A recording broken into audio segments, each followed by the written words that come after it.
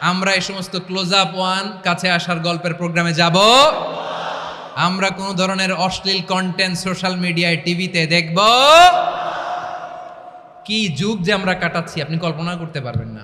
Porn industry, নারী পুরুষের বস্ত্রহীন যুগল দৃশ্য, এটাকে দিয়ে ওরা কোটি ডলারের ইন্ডাস্ট্রি বানিয়েছে।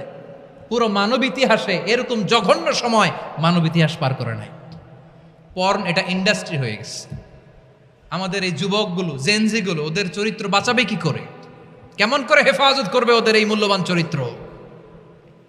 আমার প্রিয় ভাইয়েরা, এই অশ্লীলতার দ্য লেটেস্ট ভার্সন হচ্ছে LGBT-Q, শরীফ থেকে শরীফা।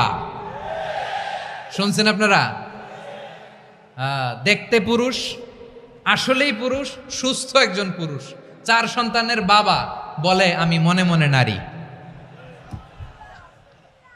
দেখতে নারী, সুস্থ নারী, আসলেই সে দিব্যি একজন নারী, বলে আমি মনে মনে পুরুষ।